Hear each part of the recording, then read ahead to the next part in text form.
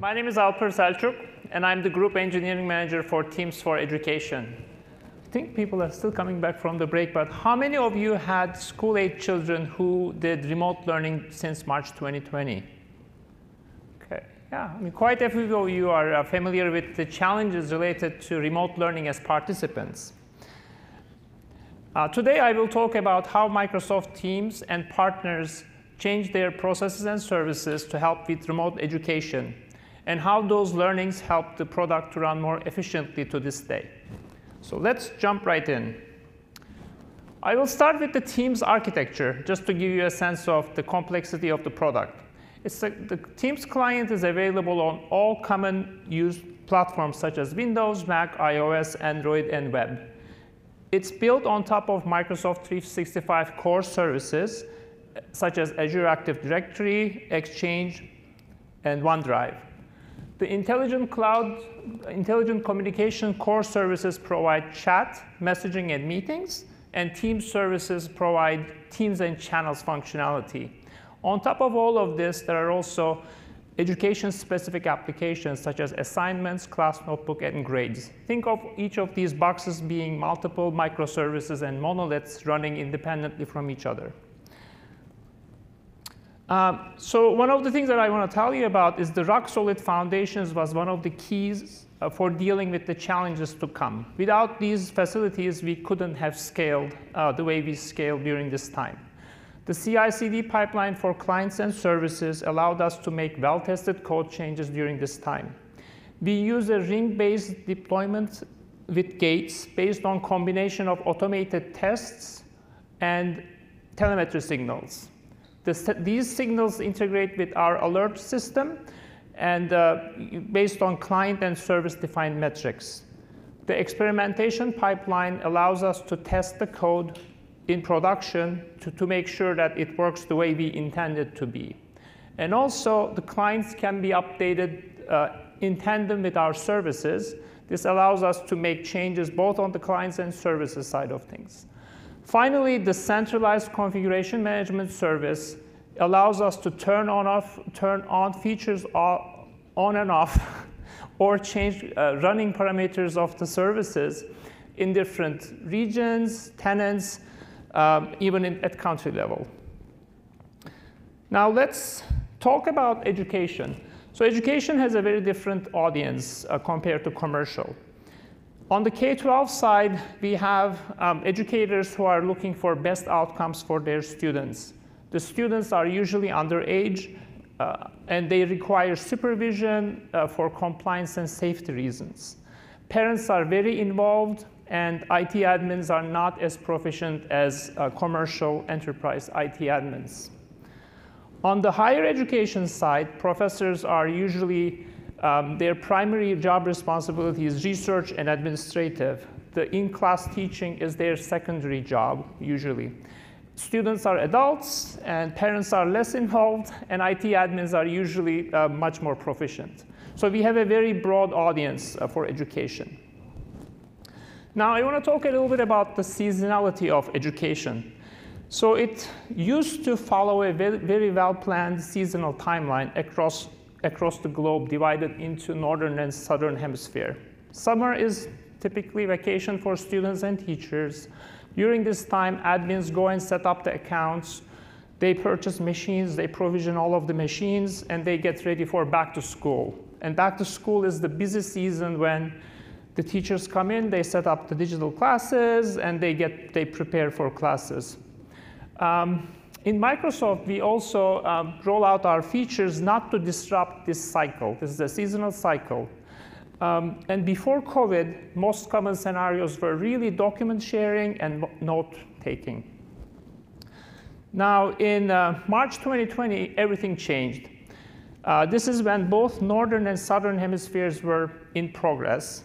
And suddenly, the schools all closed, and then the school districts and entire countries decided to go full remote. So that meant that all of the activities that happened in a nice planned fashion had to happen right now.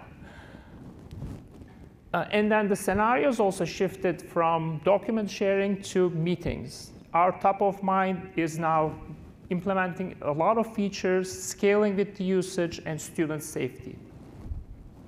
Now, okay, let's start with the first challenge. This is how a school information system is transferred to to Microsoft education system. So each student, teacher, class, the class roster needs to be replicated over in the Microsoft side as users, classes, and schools. And to do this, all of the membership has to be created, and this is typically a well-planned operation. It takes multiple days. If you think about a large country, school district, this is a multiple-day operation. And the school data sync service orchestrates this operation. Now, what happened during this time is we quickly realized that the demand was way beyond the capacity of our system. Now, imagine a single country with 2 million users, 1 million classes, and they want to be onboarded now. So everything was very urgent. We had to come up with both process and service changes to deal with this challenge. First, we came up with a prioritization scheme to make sure that the first day of remote learning in different countries and school districts can be met. Then we had to adjust the throughput of our system to tenant-based throttling limits. In order to do this, we had to do parallel calls to achieve 3x speed in our throughput. We also educated first-time tenants to use multiple profiles in sync so that they can get another 3x gain. So these little improvements helped us scale our first step of the service. Then the next one, so why are these lights not bright? Brownout is a technique used by power companies to prevent complete blackouts when supply-demand changes due to an unexpected event.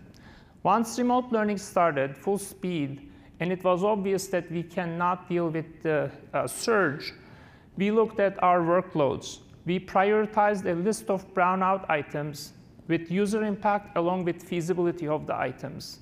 And because of our central configuration management system, we were able to go and do multiple brownouts to reduce peak load by 30% during the peak hours of education.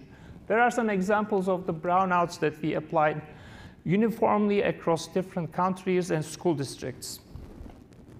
One of the key aspects of this is we also came up with a clear criteria of when to go back to normal operations with these brownouts. So the brownouts was really a strategy for us to buy time as the team went and implemented a bunch of optimizations. I'm sure a lot of you have a big backlog of optimization items in your feature tracking, and these optimizations are usually not prioritized. What we did is we combed through the backlog for known optimizations and prioritized the implementation of these optimizations during this time. And we immediately started a daily, we had these optimizations led to better resiliency and COGS improvements across the board. And there are, these are some of the examples of the optimizations that we put in place. We had to find a better way to utilize compute resources while maintaining disaster recovery requirements. Azure provides regions in a geography. In most cases, we only deployed our services to 2 of the regions with 40% utilization and disaster recovery buffer. We redeployed our services to all available regions in a geography to increase utilization while maintaining disaster recovery buffers. Prior operational readiness with automation for deployment scripts and load performance tests allowed us to move fast. We also moved our critical services from DV2 series machines to Flex machines and freed up hundreds of thousands of cores for more strict workloads. And finally, we also used the education day concept to auto-scale our services to 8 a.m. to 4 p.m. operation.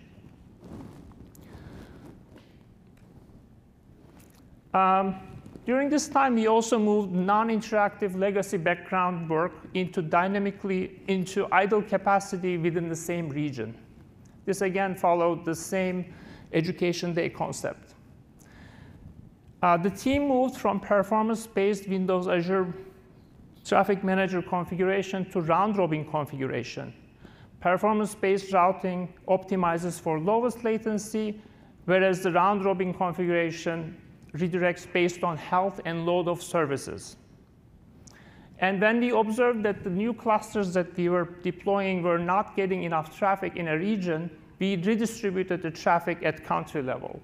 In this graph, as you see, the UK South was pretty loaded, whereas UK West was pretty chill.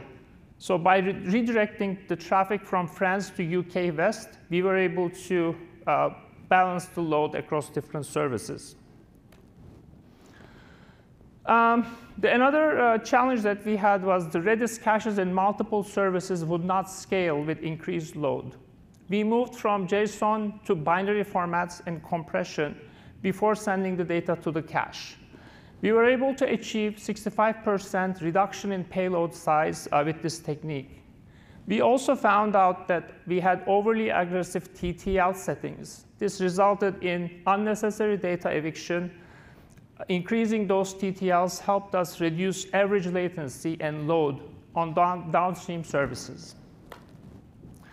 Another application that had a lot of load during this time is the assignment app. It saw tremendous usage increase, as you see in this graph.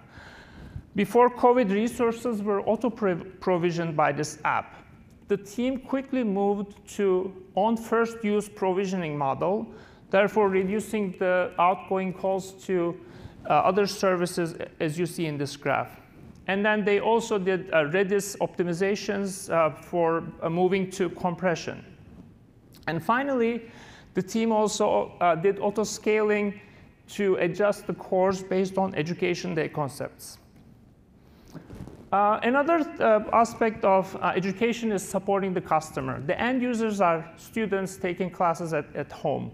How do we get the diagnostic information from a student at their home while there's teachers, school IT admin, and Microsoft support in the picture?